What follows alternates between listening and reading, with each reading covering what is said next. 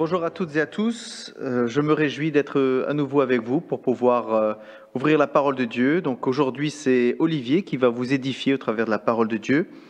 J'aimerais introduire ce culte avec un verset qui se trouve dans 1 Corinthiens au chapitre 3, verset 11. Il nous est dit ceci: « Personne ne peut poser un autre fondement que celui qui a été posé, à savoir Jésus-Christ. » Et j'ajouterai à ce verset une déclaration de l'apôtre Paul dans l'Épître aux Philippiens au chapitre 1er, au verset 21. Ces quelques mots, ces 5 mots qui sont vraiment la réalité de tout croyant: Christ est ma vie. Voilà, nous avons un seul fondement, ce fondement étant Jésus-Christ, et Christ est notre vie.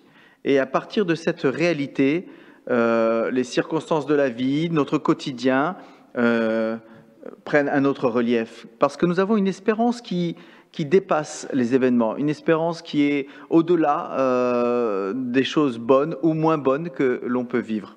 Alors j'aimerais introduire ce culte par la prière. Je vous invite à vous incliner chez vous et de pouvoir aussi prier ensemble pour que Dieu puisse bénir ce culte, qu'il puisse parler à nos cœurs, qu'il puisse nous grandir, qu'il puisse peut-être toucher aussi des personnes qui ne connaissent pas cette espérance fantastique que nous avons en Christ. Prions. Père éternel, nous te rendons grâce pour ce que tu as fait pour le monde. Tu as envoyé ton Fils Jésus-Christ. Tu l'as envoyé par amour pour nous, afin que nous puissions avoir une espérance fabuleuse. Cette espérance, Seigneur, elle est aujourd'hui la source de notre vie. Elle est ce qui nous fait avancer dans les moments difficiles. Elle est, Seigneur, notre joie. Elle est notre paix. Je te prie que aujourd'hui nous puissions en retour faire monter jusqu'à toi nos chants, nos cantiques, nos prières aussi, Seigneur, et que nous puissions aussi être à l'écoute de ta parole. Nous voulons donner autorité à ta parole, qu'elle puisse, dans nos vies aujourd'hui, nous édifier, nourrir notre âme, afin que nous puissions pleinement briller dans ce monde pour la gloire de ton nom, être le sel de la terre, être, Seigneur, la lumière du monde. Amen. Voilà, donc vous allez avoir un certain nombre de cantiques et je vous invite chacun derrière vos écrans de chanter ces cantiques ensemble. Et après ces cantiques, nous aurons Olivier qui nous édifiera.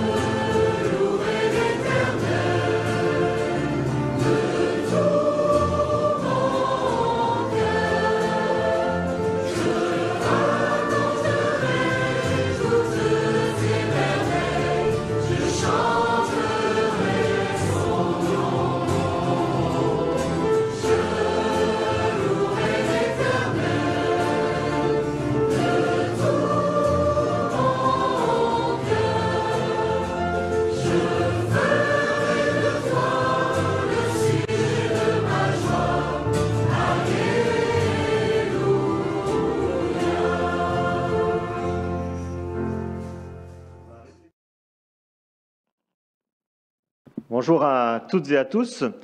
Je suis heureux de vous retrouver dans cette situation un peu particulière. Voilà maintenant un mois que nous sommes entrés dans le confinement avec chacun des situations différentes. Certains ont vécu la maladie, d'autres doivent travailler auprès des malades, d'autres travaillent à la continuité du pays, d'autres doivent travailler à la maison. Certains sont à l'arrêt chez eux, certains sont simplement confinés à la maison. Les plus jeunes doivent se mettre au travail à la maison aussi. Et dans tous les cas, notre vie s'en trouve bouleversée et cela devrait encore durer.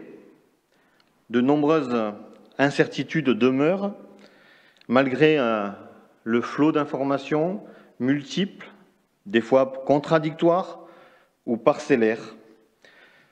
Voilà notre réalité aujourd'hui, durant ce confinement, durant cette maladie qui touche la planète entière, le Covid-19. Pour nous, chrétiens, nous pouvons être confrontés aussi à des explications court-termistes ou lapidaires qui veulent donner une explication à tout, quand nous ne savons pas précisément pourquoi Dieu a permis cette situation. Il faut rester humble devant des explications qu'on chercherait à avoir. Dans cette situation, néanmoins, pour nous chrétiens, et ça sera la base de ce que je voulais partager avec vous ce matin, une chose reste solidement attachée à chaque croyant, c'est l'espérance chrétienne. L'espérance chrétienne qui est une ferme assurance, une certitude de l'éternité glorieuse avec Dieu.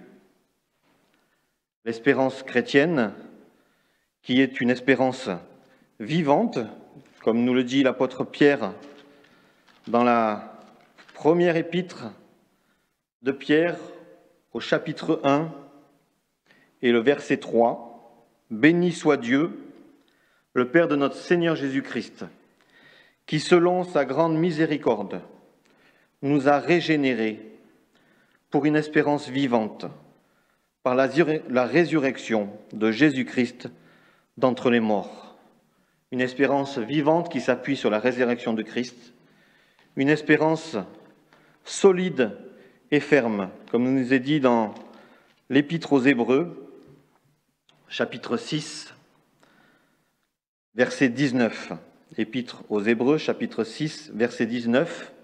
Cette espérance, nous la possédons comme une ancre de l'âme sûre et solide, elle pénètre au-delà du voile. Mais alors, qu'est-ce que c'est que cette espérance chrétienne qui se base sur la résurrection de Jésus-Christ, qui est vivante, qui est sûre, qui est solide, comme nous le dit la parole de Dieu?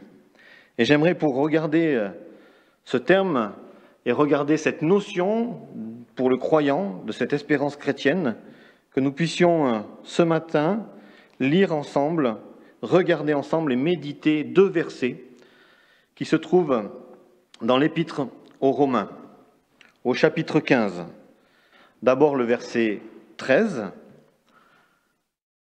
Romains 15, verset 13. Je vous laisse prendre votre Bible chez vous. Romains 15, verset 13. « Que le Dieu de l'espérance vous remplisse de toute joie et de toute paix dans la foi, pour que vous abondiez en espérance par la puissance du Saint-Esprit. » Voilà le premier verset. Et le deuxième verset, qui est dans le même chapitre, Romains 15, verset 4. Romains 15, verset 4. « Or, tout ce qui a été écrit d'avance l'a été pour notre instruction, afin que par la patience et par la consolation que donnent les Écritures, nous possédions l'espérance. » L'espérance ferme, sûre, vivante, solide que nous avons en Christ.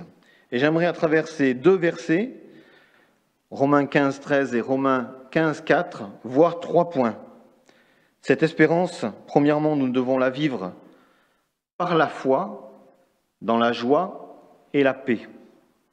Deuxièmement, cette espérance, nous pouvons la faire grandir, la faire abonder, la faire déborder par la puissance du Saint-Esprit.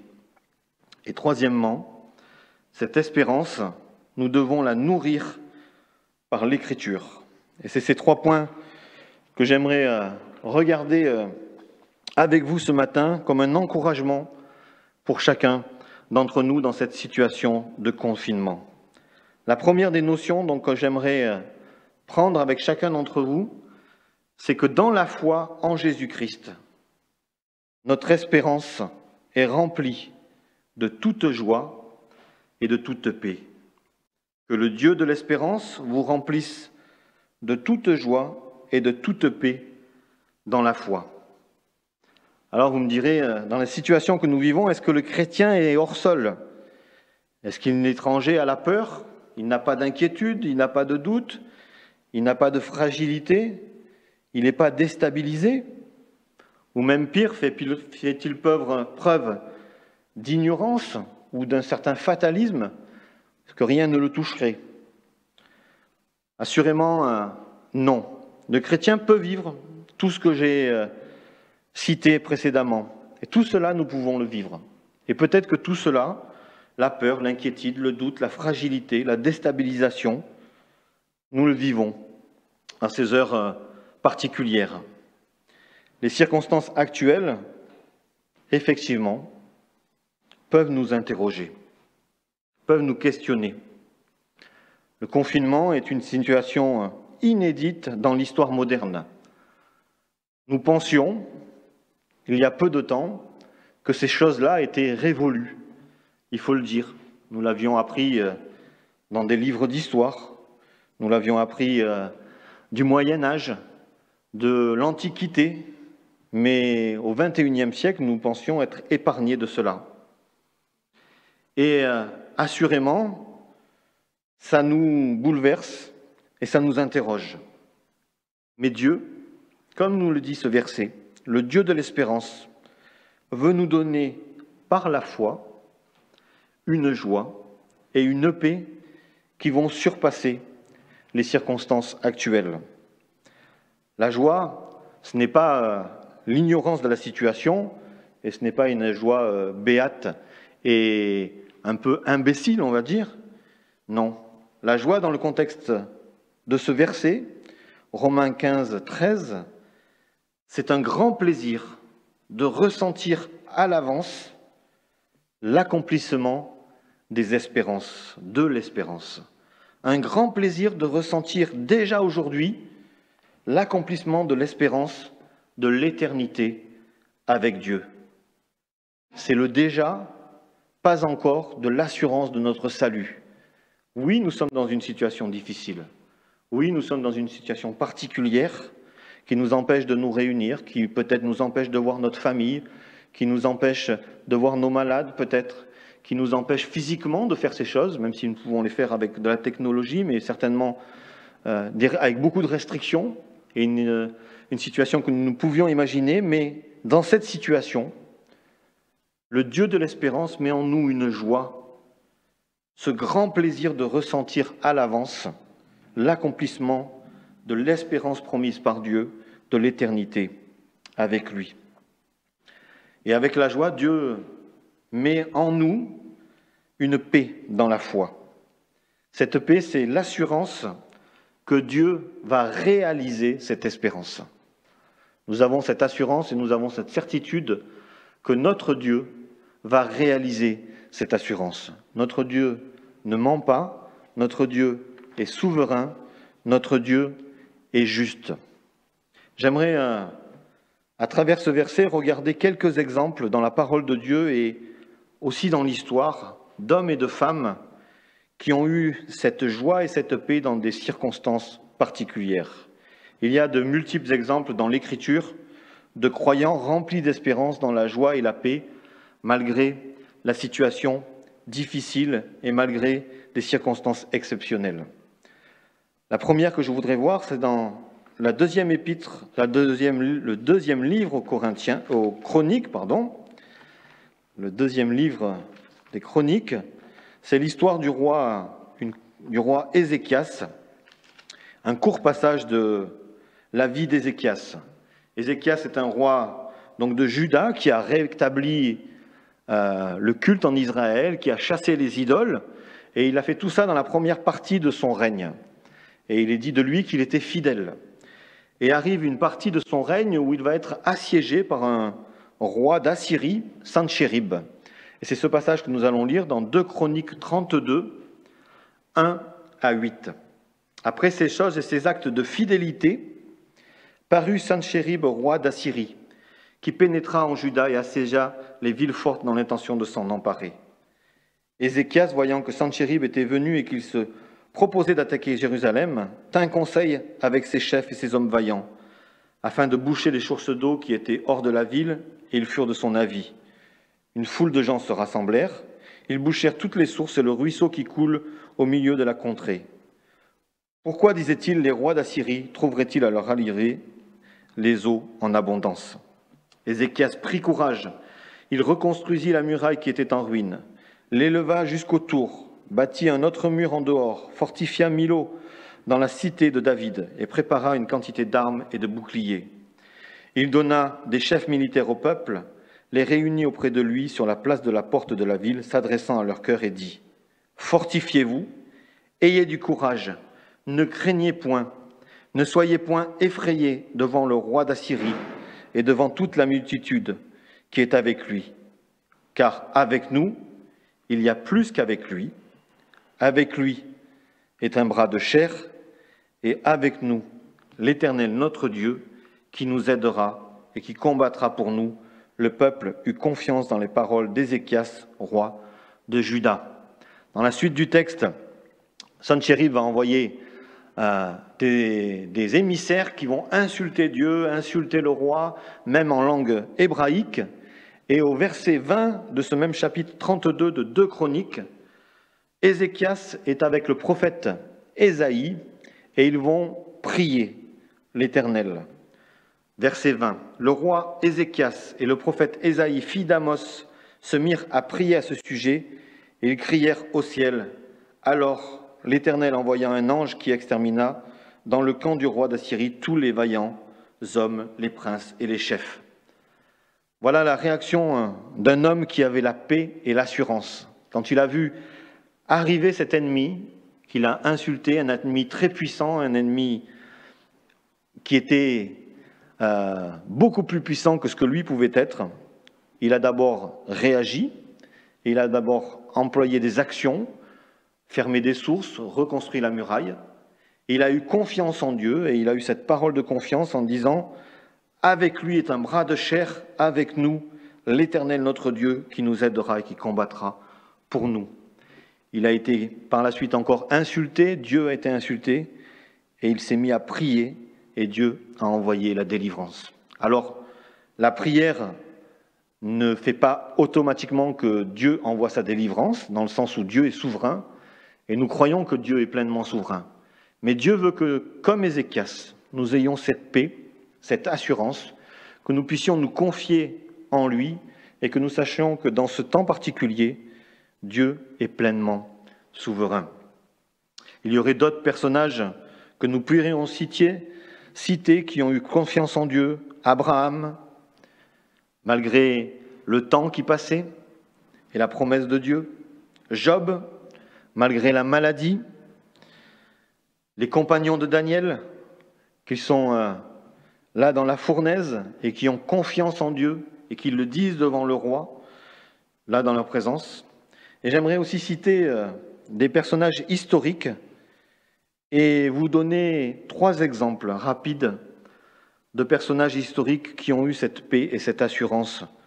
Et c'est 3 femmes que j'ai trouvées à travers l'histoire, 3 croyantes, qui expriment cette paix et cette assurance. La première, celle qui est le plus loin de nous, c'est Marie Durand, une protestante française de 18 ans, emprisonnée dans les années 1600, et qui va rester pour sa foi 38 ans en prison. Et elle a exprimé à travers les lettres qu'elle a écrites à certains amis, à certains pasteurs, à certains soutiens qu'elle avait au loin, cette assurance et cette paix malgré la difficulté. Elle éprouvait de la douleur. Elle aurait préféré être ailleurs qu'en prison. Mais pour son Dieu, elle était prête à résister. Et c'est ce qui a été inscrit par elle ou par les femmes qui étaient avec elle pendant toutes ces années. Elle qui est restée 38 ans était capable de marquer dans sa prison le mot « résiste ». Et elle avait cette paix et cette assurance en Dieu. J'aimerais aussi citer une personne qui est bien connue, qui s'appelle Corrie ten Boom, et qui, avec sa famille, et particulièrement sa sœur, s'est retrouvée en camp de concentration parce qu'ils avaient caché des Juifs en Hollande et ils se sont retrouvés au camp de concentration de Ravensbrück, en Allemagne. Et elle aussi, malgré les temps difficiles, malgré la mort de sa sœur en prison, a pu exprimer la paix et l'assurance que Dieu donne même dans des situations extrêmes. Et même aujourd'hui, il y a de nos frères et sœurs qui sont en prison pour leur foi, qui sont isolés, qui sont confinés, beaucoup plus que ce que nous sommes, et qui ont cette paix et cette assurance. J'aimerais vous laisser un nom, il y en aurait beaucoup d'autres, d'une jeune fille en Iran qui s'appelle Fatemeh Mohammadi, qui a 21 ans et qui vient juste d'être libérée de prison ces derniers jours. Elle qui est en prison simplement parce qu'elle croit au Seigneur Jésus-Christ, elle a elle aussi exprimé sa reconnaissance, sa paix, sa joie et son assurance en Dieu. Leur foi les a remplis d'espérance, même dans l'épreuve. le Dieu d'espérance, veut nous aussi nous remplir de joie et de paix dans la foi. Notre espérance est vivante, notre espérance est totale. Le deuxième point que j'aimerais aborder avec vous, c'est dans la suite de ce verset de Romains 13, verset 15. Après avoir parlé que le Dieu d'espérance nous remplisse de toute joie et de toute paix dans la foi, pour que vous abondiez en espérance par la puissance du Saint-Esprit. Par la puissance du Saint-Esprit, nous dit ce passage, nous allons abonder ou déborder d'espérance. Je ne suis pas seul dans cette situation inédite. Dieu nous a envoyé et nous a donné, si tu es croyant, le plus grand, le plus puissant des consolateurs, le Saint-Esprit. Dieu, par son Esprit, habite en nous. Nous ne sommes pas seuls. Le Saint-Esprit est une puissance. Cela nous est dit dans plusieurs textes de la parole de Dieu et dans Actes 1, le livre des Actes, chapitre 1, verset 8, « Vous recevrez une puissance, le Saint-Esprit venant sur vous, et vous serez mes témoins à Jérusalem, dans toute la Judée, dans la Samarie et jusqu'aux extrémités de la terre. Vous recevrez une puissance. » Et nous avons reçu cette puissance. Dans l'Épître aux Éphésiens, au chapitre 3 et au verset 16, il nous est dit, afin qu'il vous donne, selon la richesse de sa gloire, d'être puissamment fortifié par son esprit dans l'homme intérieur. Dieu, par son esprit qui vit en nous, va nourrir, va faire grandir cette espérance, va abonder, va faire déborder cette espérance. Et lui seul le peut. Ce n'est pas à travers des philosophies, ce n'est pas à travers quelconque éducation, quelconque religiosité, mais c'est à travers la puissance de l'Esprit, la puissance du Dieu qui vit en nous, que nous allons grandir, être nourris dans notre espérance. La puissance du Saint-Esprit, c'est cet accès direct, cette intimité avec Dieu. Et dans cette occasion, dans ce temps particulier, il est peut-être une occasion de redécouvrir la puissance du Saint-Esprit que nous pouvons vivre à travers la prière. Peut-être que le confinement, peut-être que ces temps où nous sommes moins occupés, pour certains, pas pour tous, peut-être un retour pour nous à redécouvrir la puissance du Saint-Esprit à travers la prière. Que ce soit la prière individuelle, peut-être de manière plus régulière, que ce soit pour ceux qui sont confinés en famille, une prière familiale de manière renouvelée. Peut-être que nous vivions ça ou que nous ne le vivions pas, et c'est peut-être l'occasion de démarrer cette prière ou peut-être de la renouveler, de la reprendre, mais aussi de manière collective, inédite par les moyens de la technologie.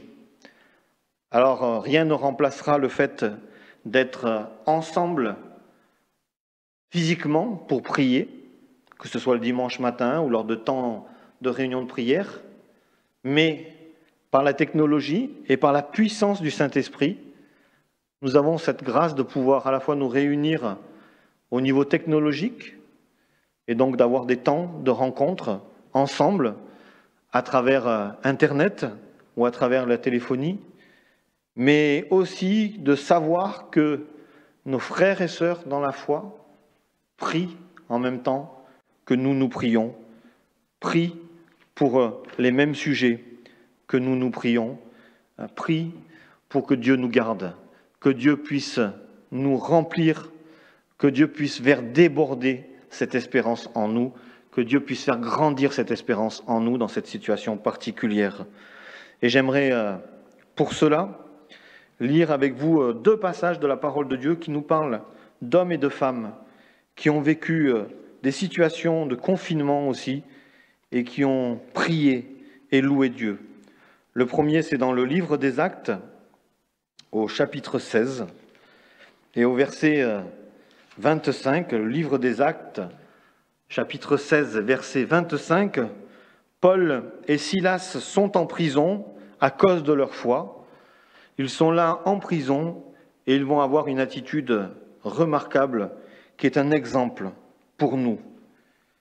Les geôliers donc l'avaient mis en prison. Le geôlier, verset 24, le geôlier ayant reçu cet ordre, les jeta dans la prison intérieure et leur mit les ceps aux pieds, les fers aux pieds. Vers le milieu de la nuit, Paul et Silas priaient et chantaient les louanges de Dieu, et les prisonniers les entendaient.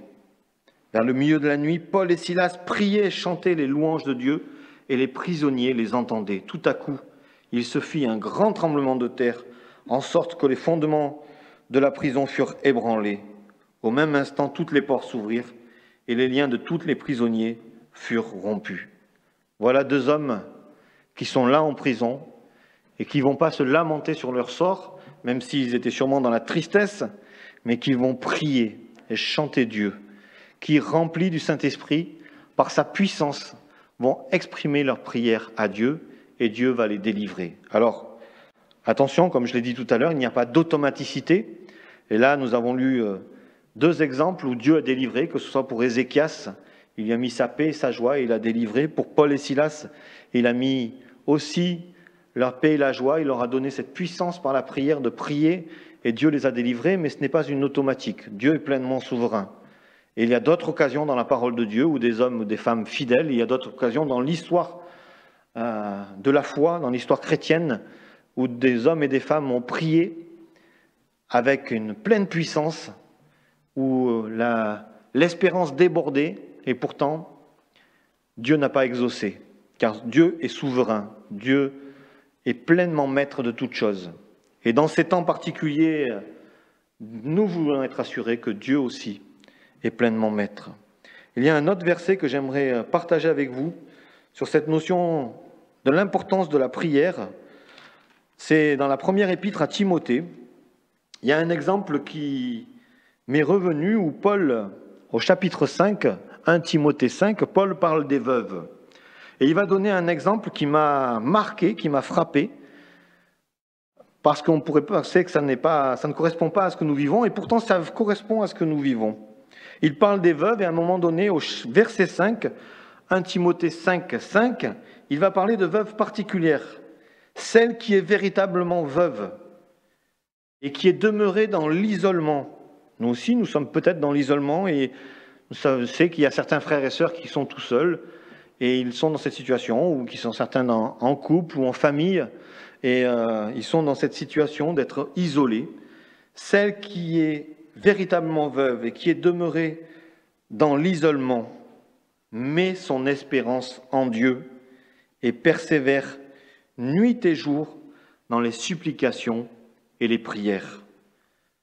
Que nous aussi, comme ces veuves qui mettent leur espérance en Dieu, nous puissions faire exactement la même chose, mettre notre espérance en Dieu, prier nuit et jour.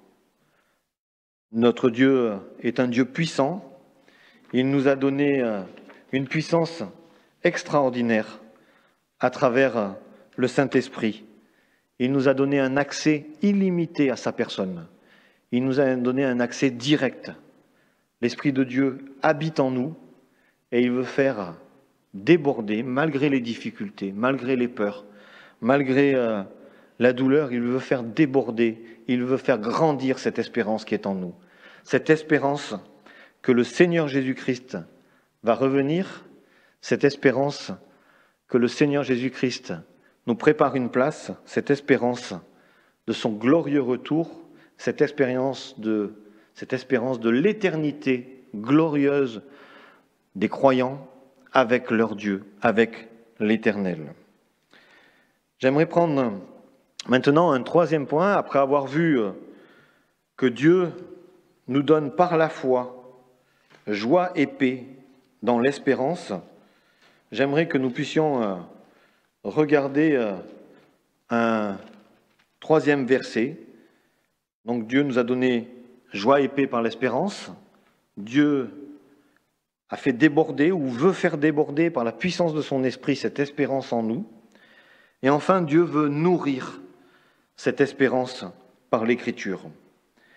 Et donc, c'est en Romains 15, 4 qu'il est dit « Or, tout ce qui a été écrit d'avance l'a été pour notre instruction, afin que par la patience et par la consolation que donnent les Écritures, nous possédions l'espérance. » Une espérance nourrie par l'Écriture. Dans ce temps particulier, nous avons encore plus besoin d'être nourris par l'Écriture, la Bible, parole de Dieu. Une espérance nourrie par l'Écriture, et on pourrait dire et traduire ce verset littéralement, nourri par la parole pour continuer d'avoir l'espérance, pour continuer à regarder l'avenir avec confiance devant tant d'incertitudes, continuer à être nourri par la parole de Dieu, et nous voulons être nourris par cette parole pour avoir de la patience, déjà 1 mois de confinement, encore presque 1 mois, tant d'inconnus, comment va se passer le futur, que nous puissions, au regard de sa parole, en étant nourris par sa parole, être patients. Enfin, être nourris aussi dans la consolation, par la consolation que donnent les Écritures. Il y a peut-être de la tristesse, et certainement, avec des événements pareils, il y a certainement de la peur, de l'interrogation. Dieu veut nous donner la consolation.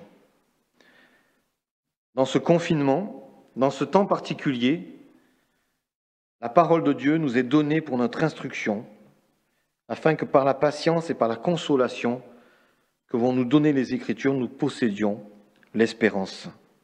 Le confinement, voilà une occasion extraordinaire pour passer plus de temps à la lecture de la parole de Dieu.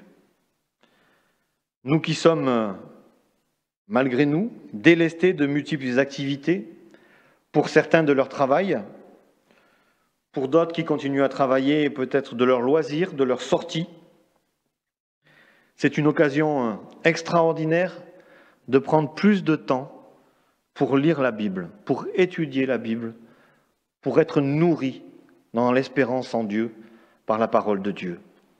Nous avons besoin de nous nourrir. Le chrétien a besoin de se nourrir et la nourriture du chrétien se trouve exclusivement dans la parole de Dieu, dans la Bible, parole de Dieu. Alors nos temps de lecture s'accompagnent, je le sais, même pour moi-même, bien souvent, d'autres lectures chrétiennes. Et cela est bon, et cela est utile, de lire des livres, de regarder des vidéos, de regarder des enseignements, de regarder des conférences, des prédications, voilà, de toutes sortes de supports, que ce soit sur le livre et beaucoup maintenant, je sais, sur Internet. Et j'aimerais vous attirer votre attention sur cette notion et nous demander à chacun d'entre nous d'être attentionnés et de faire attention à ce que nous faisons et à ce que nous lisons. Sur Internet, au niveau chrétien, il y a du bon et même du très bon, de choses qui vont nous encourager, mais il y a aussi du mauvais, des choses qui se disent chrétiennes et qui ne le sont pas, des enseignements erronés, des enseignements hérétiques pour certains, et des enseignements qui vont nous troubler. Nous devons, en tant que croyants, discerner ce que nous regardons sur Internet. Sur les réseaux sociaux, je sais que beaucoup d'entre nous y vont, et il n'y a pas de mal à aller sur les réseaux sociaux, avec modération et sans exagération, comme pour tout, mais il nous faut discerner ce que nous regardons aussi. Sur les réseaux sociaux, et même sur les réseaux sociaux chrétiens, il peut y avoir ce qu'on appelle des fake news, des informations qui en fait n'en sont pas, sont de fausses informations, ou des informations parcellaires, ou non complètes, ou non remises dans leur contexte, ou non expliquées. Et nous devons discerner ce que nous regardons. Dans les réseaux sociaux, nous devons aussi discerner et être précautionneux dans ce que nous écrivons. Des fois, on écrit trop vite. Et nous devons être attentifs à ce que nous écrivons et à ce que nous transmettons aux autres. Nous devons aussi discerner ce que nous partageons. Dans une lecture des fois trop rapide, nous partageons des choses que nous ne devrions pas partager, parce qu'elles manquent de sagesse, parce qu'elles ne sont pas la vraie vérité, ou parce qu'elles sont qu'une partie de la vérité et qu'elles peuvent blesser, heurter, troubler ou gêner nos frères et sœurs dans la foi. Je crois que nous sommes devant une responsabilité en tant que chrétiens, dans ce que nous partageons, dans ce que nous lisons, dans ce en quoi nous faisons la promotion sur Internet. J'ai lu dernièrement un article qui parlait de la Bible Instagram comme une vérité partielle, utile, mais tronquée, parcellaire, mais pas entière. Et ce titre de l'article était « Méfiez-vous de la Bible Instagram, mes filles ». Vous pouvez le retrouver sur le site Évangile 21, il est de Jen Wilkin. Et elle nous interpelle, et elle m'a interpellé, et je pense qu'elle nous interpelle chacun d'entre nous à nous concentrer, et c'est ce que j'aimerais vous dire aussi, à vous concentrer sur la parole et sur la lecture de la parole de Dieu.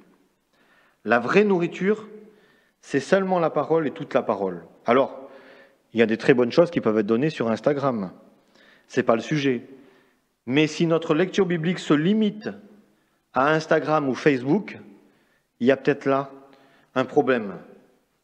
La Bible, c'est de la Genèse jusqu'à l'Apocalypse, dans tous ses aspects.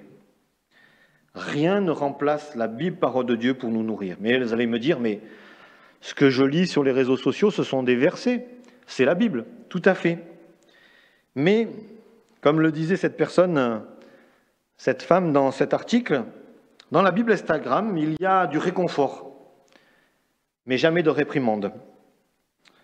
Dans la Bible Instagram, on exhorte, mais on ne reprend jamais. Dans la Bible Instagram, on réchauffe, mais on n'alarme jamais. Dans la Bible Instagram, on donne des promesses, mais on n'incite personne à les tenir. Dans la Bible Instagram, on donne une assurance, mais on ne donne jamais d'examen de conscience. Et la Bible, c'est tout ça. À la fois le réconfort, mais aussi la réprimande, l'exhortation, le fait d'être réchauffé, mais aussi d'être alarmé, les promesses, mais l'incitation à les tenir, l'assurance, mais aussi l'examen de notre conscience, le fait d'être repris. Nous avons besoin de la totalité de la parole de Dieu. Nous avons besoin de tout ce que Dieu a à nous donner pour être nourris correctement.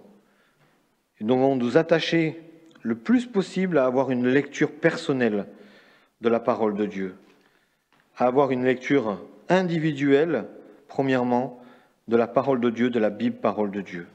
J'aimerais avoir 2 versets en lien avec ce thème, avec le fait que nous avons besoin d'être nourris par la parole de Dieu. Dans le livre des Deutéronomes, au chapitre 8 et au verset 3, il y a cette parole qui est donnée aux enfants d'Israël. Il t'a humilié, il t'a fait souffrir de la faim, il t'a nourri de la manne, et tu ne connaissais pas, et que tu n'avais pas connu, et que n'avaient pas connu tes pères, afin de t'apprendre que l'homme ne vit pas de pain seulement, mais que l'homme vit de tout ce qui sort de la bouche de l'Éternel. L'homme vit de tout ce qui sort de la bouche de l'Éternel. C'est une parole qui est reprise par notre Seigneur Jésus-Christ dans les Évangiles.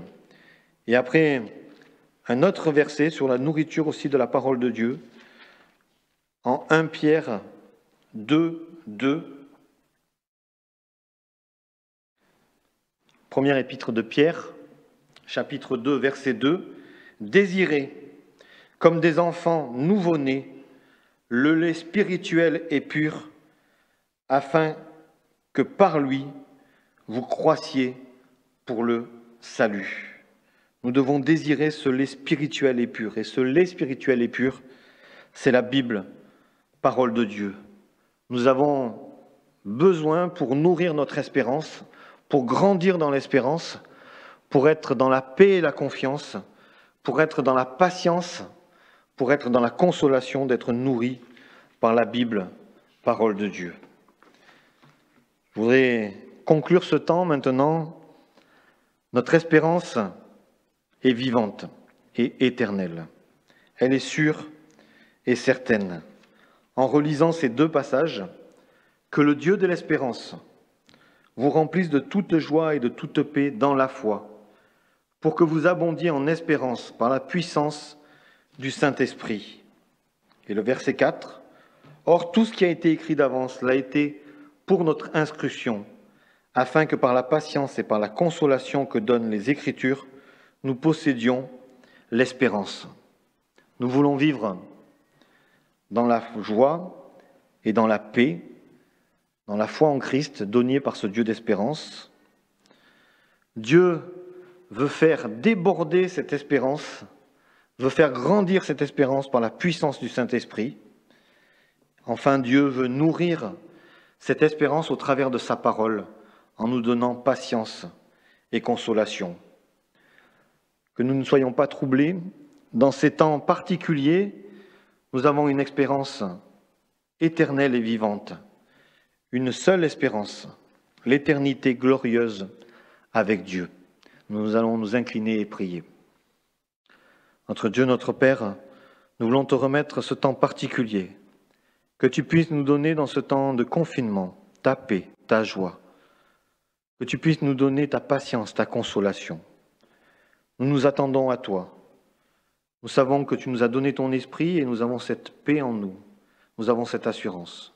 Que tu puisses nous nourrir de ta parole, Seigneur, pour que nous puissions être dans ce temps particulier des témoins fidèles, que nous ne soyons pas renversés par les situations, mais que nous puissions nous appuyer sur toi pleinement, pour être les témoins là où tu nous as placés dans ces temps particuliers, pour ceux qui travaillent, pour ceux qui sont en famille, pour ceux qui sont seuls, que nous puissions le faire à travers les contacts que nous pouvons avoir, à travers la prière, à travers la méditation de ta parole, Seigneur. Nous voulons grandir pendant ce temps et être encore plus des enfants qui t'adorent et qui te louent et qui te suivent chaque jour dans chacune de nos vies. Que tu puisses nous garder et nous bénir dans ton saint nom. Amen.